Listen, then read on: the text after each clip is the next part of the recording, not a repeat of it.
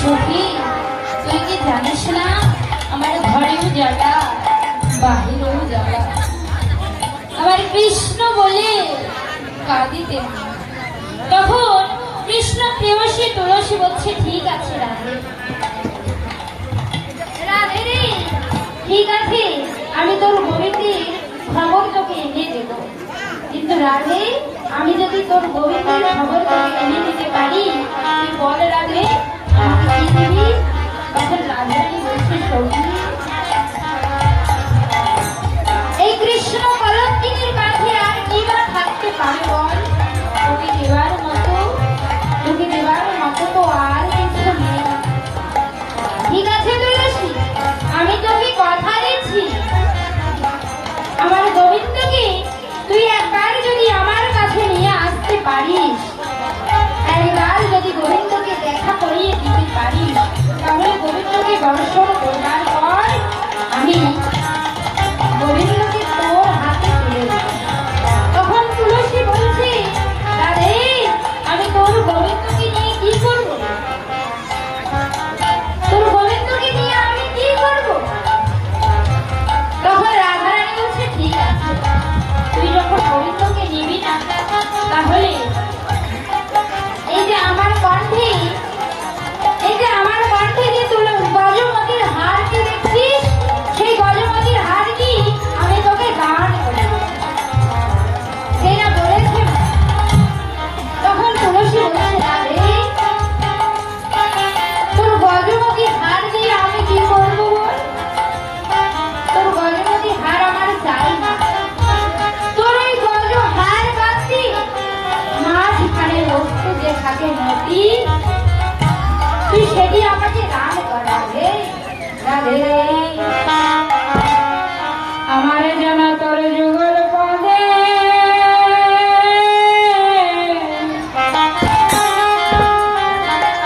নদী থাকে,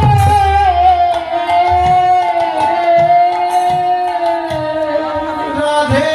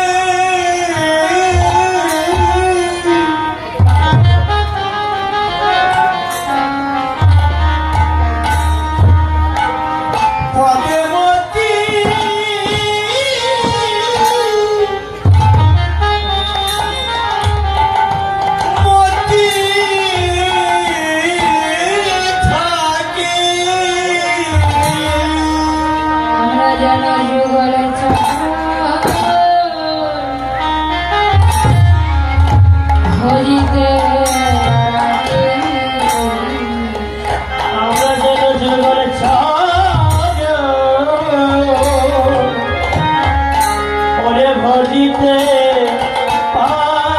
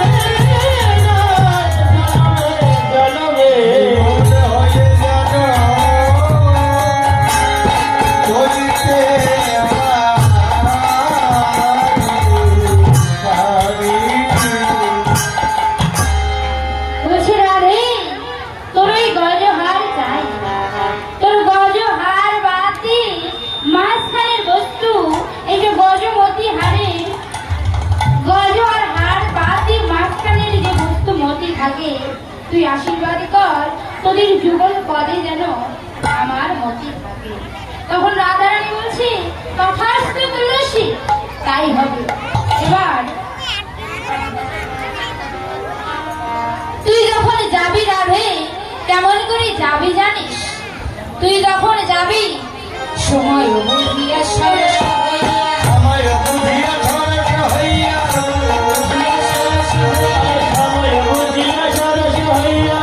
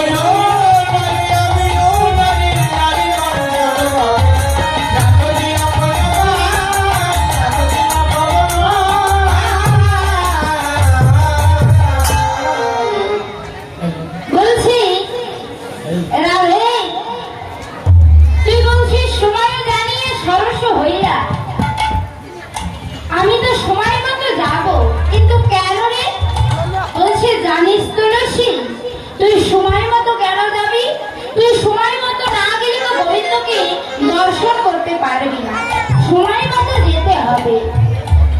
আর সময় বুঝিয়া সরস হইয়া মিলিবি না কোনো কাজ, চতুর নিকটে কহবি কপটে রাখিবি আপন মান।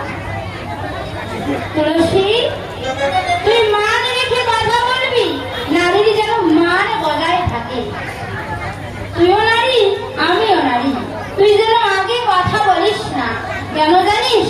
আগে কথা বললে মান হারিয়ে যাবে। দেখুন, সত্যই নয়, এই জগতে কোনো নারী যদি প্রথমে কোনো পুরুষের সঙ্গে কথা বলে তাহলে কি তার মান থাকে? তার মান থাকে না। তাই বলছি তুলসী, তুই আগে যেন কথা বলিস না। তুই তো নারী, তুই নারীর ভেতর তুই বুঝবি। তুই যদি আগে কথা বলিস তাহলে এই নারীর মান থাকবে না, আমার মান থাকবে না। বলছে ঠিক আছে রাধে, আমি আগে কথা বলবো না। আর বলছে তুলসী, আর কি করবি জানিস? আমার গোবিন্দ তো পূর্ণচন্দ্র, তাই পূর্ণ বদন দর্শন করবি না। তুই যদি পূর্ণ বদন দর্শন করিস তাহলে আর ফিরতে পারবি না। একবার যদি তুই দর্শন করে ফেলিস তাহলে তুই কিন্তু আর ঘরে ফিরতে পারবি না। আর তুই না আসলে আমিও তো জানতে পারবো না যে আমার গোবিন্দ কেমন আছে। তাই বলছি তুই সময় বুঝিয়া যাবি, আবার মান রেখে কথা বলবি। এবার তুলসী যখন চলে যাচ্ছে, বলছে ঠিক আছে আমি চলে যাচ্ছি। তখন তুলসী চলে যাচ্ছে, পিছন থেকে রাধারানী ডাক দিয়েছে, তুলসী ও তুলসী, তুলসী রে, তুলসী রে। বলছে তুলসী রে, তুলসী রে। একবার যদি শিরে তুলতে পারো তাহলে গোবিন্দ হারাবার আর ভয় থাকবে না। তাই বলছে তুলসী রে, তুলসী রে। ও তুলসী শোন শোন। তুলসী বলছে এই রে, তুই আমাকে পিছন থেকে ডাক দিয়েছিস কেন? জানিস না পিছনে ডাকলে অমঙ্গল হয়? তুই আমাকে পিছন থেকে ডাক দিলি কেন রে? রাধারানী বলছি পিছন থেকে ডাক দিয়েছি কেন জানিস? তুই বলছিস পিছন থেকে ডাকলে অমঙ্গল হয়। পিছন থেকে ডাকলে অমঙ্গল হয় ঠিকই, কিন্তু দুজন ব্যক্তির পিছন থেকে ডাকলে অমঙ্গল হয় না। সত্যিই তাই না। আমরা যখন ঘুম থেকে উঠি, যদি কোনো ব্যক্তির মুখ দর্শন করি, কোনো খারাপ ব্যক্তির মুখ দর্শন করি, তাহলে মনে মনে ভাবনা আসে আজকে এই ব্যক্তির মুখ দর্শন করলাম, না জানি দিনটায় আমার কেমন যাবে। কিন্তু যদি একটি ভক্তের বদন দর্শন করি, একজন কৃষ্ণ ভক্তের বদন দর্শন করি, তাহলে মনে মনে ভাবনা আসে আজকে দিনটা বুঝি আমার ভালোই যাবে, কারণ এই নিশি প্রভাতকালে কৃষ্ণ ভক্তের বদন দর্শন করলাম। তাই রাধারানী বলছে তুলসী রে, দুটি ব্যক্তি পিছন থেকে ডাকলে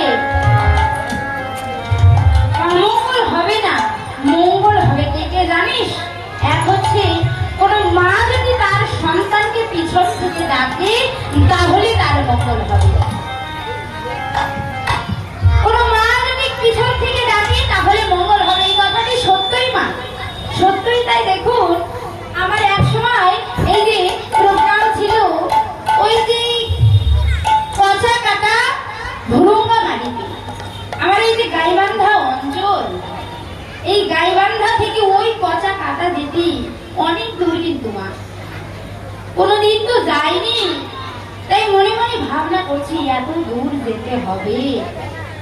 তখন কোনো একটি কারণে আমাদের যাবার রাস্তায় লেট হয়ে গেল, কোনো একটি কারণে আমাদের রাস্তায় লেট হয়ে গেল। কিন্তু আমাদের কিন্তু কোনো সম্ভাবনা ছিল না যে মা আমরা ট্রেনটি ধরতে পারবো। আমাদের সময়ের ট্রেন ছিল, কিন্তু আমাদের ভাবনা ছিল আমরা ট্রেনটা ধরতে পারবো না। তাড়াহুড়ো করে যখন বেরোচ্ছিলাম মা, যখন তাড়াহুড়ো করে বেরোচ্ছিলাম, তখন যখন অর্ধ রাস্তায় এসেছি, কি নিয়েছি কি নেই তা জানি না, অর্ধ রাস্তায় এসেছি, আমারই মা মনে মনে চিন্তা করছে আমার মেয়েটা অত দূর যাবে, সে তো জলের বোতল নিল না। গাড়িতে চড়তে তো তার এমনিতেও অসুবিধা হয়। তখন একটি জলের বোতল ভরিয়েছে মা। যখন জলের বোতলটি ভরিয়ে নিয়েছি, আমাকে পিছন থেকে একবার ডাক দিয়েছে, তুলসী। আর ডাকছে না কেন? মনে মনে চিন্তা করছে আমি তো শুনেছি যে পিছনে ডাক দিলে নাকি অমঙ্গল হয়, কিন্তু সে তো জানে না যে কোনো মা যদি তার সন্তানকে ডাকে তাহলে অবশ্যই তার অমঙ্গল হবে না।